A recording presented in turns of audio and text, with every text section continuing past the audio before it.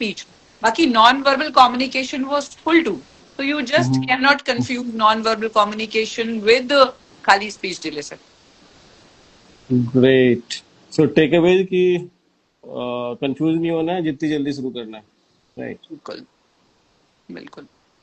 और ये frat test का आजकल बहुत ही हाइप है, सबको कराना चाहिए। I mean, सो देखिए फ्रैट आया क्यों?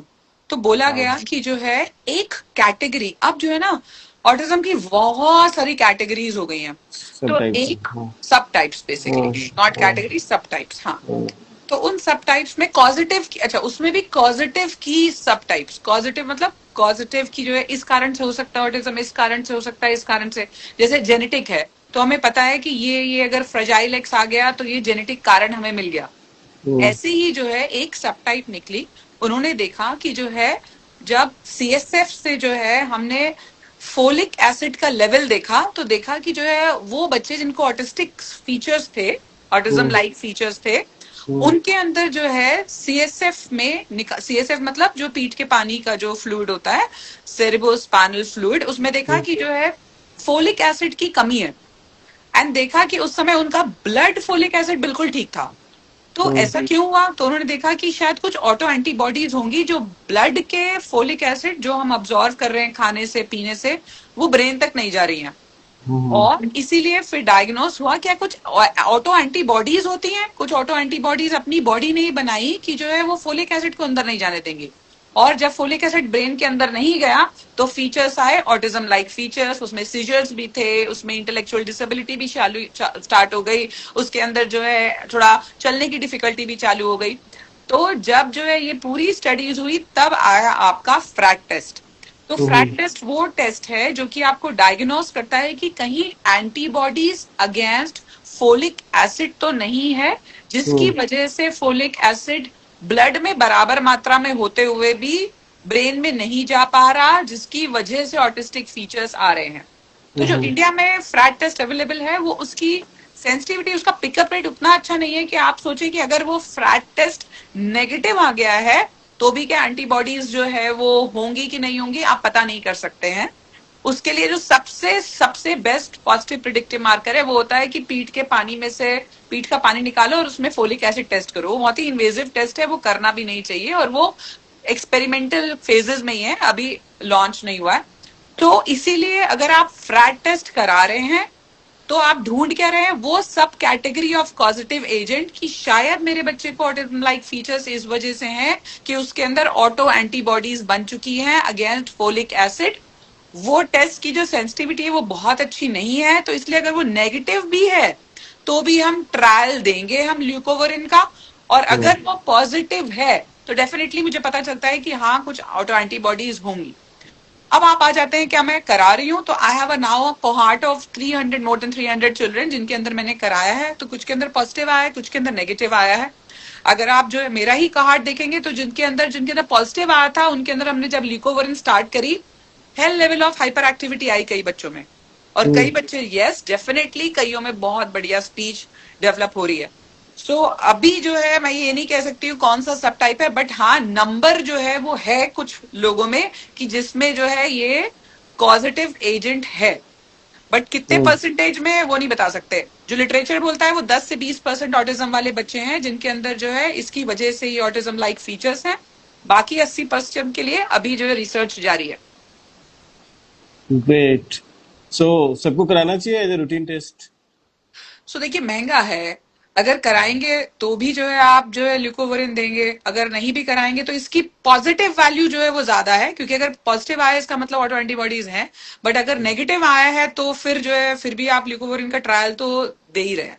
तो हमारी जो है यहाँ पर जो हमारी एसोसिएशन है दिल्ली की, दिल्ली एनसीआर की पीडियाट्रिक न्यूरोलॉजी की, तो हमने जो है एक उसमें गाइडलाइंस अपनी तरफ से जो है एक स्टेटमेंट जो है सारे लोगों के लिए जारी किया था कि जो है एक बार ट्रायल ऑफ ल्यूकोवरिन कर लेते हैं.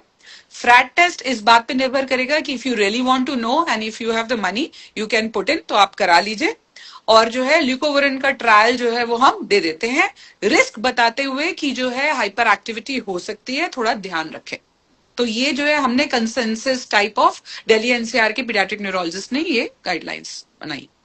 सो just like a stem cell therapy, अगर आपको स्टडी में नहीं नहीं नहीं नहीं नहीं, देखिए, आप बहुत बहुत नहीं, स्टेम सेल की क्लियर कट सुप्रीम कोर्ट की ये आपकी जो है एम्स वालों ने भी अपनी वेबसाइट पे लगा रखा है, it is not to be given. तो फ्रैट टेस्ट बहुत ही अलग चीज है, और स्टेम सेल तो जो है क्लियर कट नो का गाइडलाइंस आ चुकी है वो तो अभी।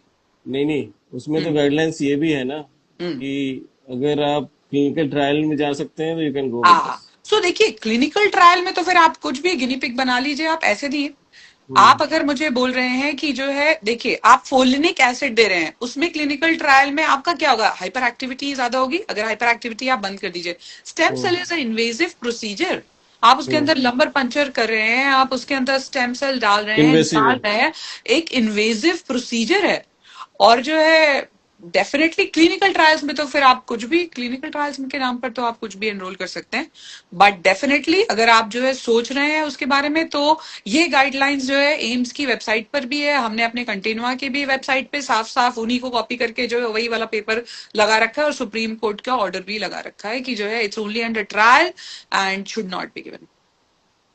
अच्छा, अगर फ्लैट पॉजिटिव है, नेगेटिव है, ल्यूकोवरीन पे क्या टेक है? लेना चाहिए सबको बच्चों तो को? अगर पॉजिटिव है तो यस लेना चाहिए, और नेगेटिव है तो भी लेना चाहिए, बिकॉज फ्रैट की जो है कितनी पॉजिटिव प्रिडिक्टिव वैल्यू है कोई अभी बहुत ज्यादा पता नहीं है, तो इसलिए दोनों में लेके देख लीजिए।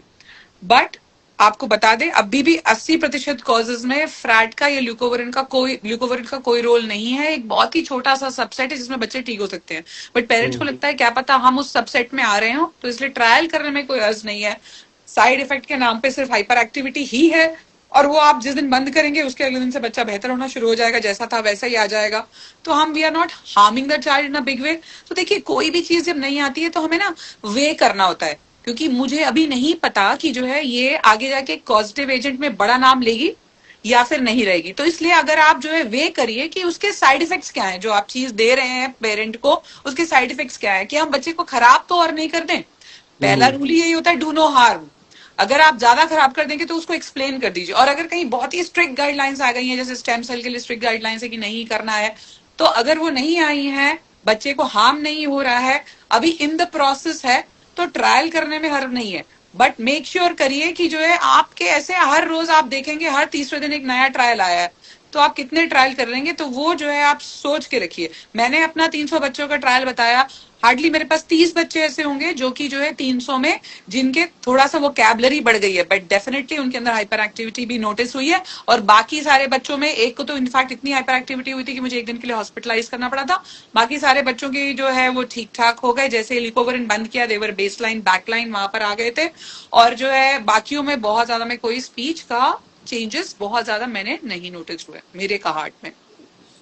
कोई लॉन्गिट्यूडनल स्टडी भी होगी इस पे? नहीं, सॉरी। कोई लॉन्गिट्यूडनल स्टडी भी होने वाली है इस पे? ओ यस यस यस, तो जो है इसके ऊपर बहुत सारी स्टडीज चल रही हैं, मतलब हाँ। लॉन्गिट्यूडनल स्टडीज भी चल रही हैं, और प्लस जो है रेट्रोस्पेक्टिव भी हो रखी हुई हैं। तो ल्यूकोवरिन देखिए आज की चीज नहीं है, पहले हम बताते, जब प्रैक्टिस शुरू हुई थी तभी भी ल्यूकोवरिन था, बट यस ये है कि इस समय जो है इतना ज्यादा पॉपुलराइज हो गई है और अब इतनी ज्यादा स्टडीज आ गई हैं, बट फिर भी एज सच कोई बहुत हाई रेट नहीं बता रहा है। जितनी भी लॉन्गिट्यूडनल स्टडीज के डेटा आते जा रहे हैं, या रेट्रोस्पेक्टिव वाले भी जितने भी डेटा आते जा रहे हैं, उनमें ऐसा कुछ वो नहीं है कि यस वी हमने रामबाण ढूंढ लिया है और that is the causative agent, और बस आप ये दे देंगे तो सब कुछ ठीक हो जाएगा। जी नहीं, हार्डली 5-10 मैक्सिमम। जो स्टडीज जो बहुत अच्छी वाली है उसमें भी उन्होंने 20% का रेट दिया है, 20% के ऊपर किसी ने भी ऊपर नहीं रेट दिया हुआ। अच्छा, सो लेट्स प्रोफेशनल डिसाइड देना या नहीं देना। हम्म। या पेरेंट्स भी, क्योंकि देखिए अच्छा। हम एज अ प्रोफेशनल, जो मैंने आपको हाँ। बात बता दी, यही चीज हम हर पेरेंट से कहते हैं कि हम्म। जो है आपको रिस्क लेना है, आपको फ्लैट कराना है। कई लोग कहते हैं कि नहीं हमें फ्लैट कराए बगैर जो है वो लिकोवरिन का ट्रायल करना है, that also is okay, because ठीक है कर लो। और जो है कई बोलते हैं नहीं हमें फ्रैट करना है। अब फ्रैट अगर नेगेटिव आ गया फिर भी आप ट्रायल तो लोगे, क्योंकि उस फ्रैट टेस्ट की सेंसिटिविटी नहीं अच्छी है, तो फिर आप लोगे ट्रायल। ऐसे ही जो है जब आप जो है पॉजिटिव आ जाता है, बट उसकी वजह से जब पॉजिटिव आया और ल्यूकोवरिन स्टार्ट करी, इतनी हाइपर एक्टिविटी अगर हो गई, तो फिर आप कहोगे हाइपर एक्टिव बच्चा है, मैं स्पीच लेके क्या करूंगा। अगर इतना बच्चा मेरा स्कूल जा रहा था अच्छा खासा, थोड़ा कम बोल रहा था बट स्कूल जा रहा था, अच्छा कर रहा था, थेरेपी सेंटर में अच्छा हो रहा था, बैठ रहा था, समझ रहा था, वो अगर कम आगे पीछे हो गया तो फिर जो है, फिर पेरेंट्स, हमारे पास सब तरह के पेरेंट्स उन्होंने बंद कर दी फिर। तो इसलिए एक होलिस्टिक, एक डेडलाइन स्टेटमेंट नहीं है कि अगर ये है तो यही है। ऐसा कोई स्टेटमेंट, कोई रूल नहीं आया है अभी। सिर्फ और सिर्फ जो है ट्रायल्स चल रहे हैं। कोई बहुत कंक्लूसिव एविडेंस किसी भी चीज के लिए नहीं हम स्टैंड करते हैं। सो एक तरफ बेनिफिट, दूसरी तरफ ये रिस्क, दोनों को आप वे देख कर लीजिए लीजिए। क्या। हाँ। आई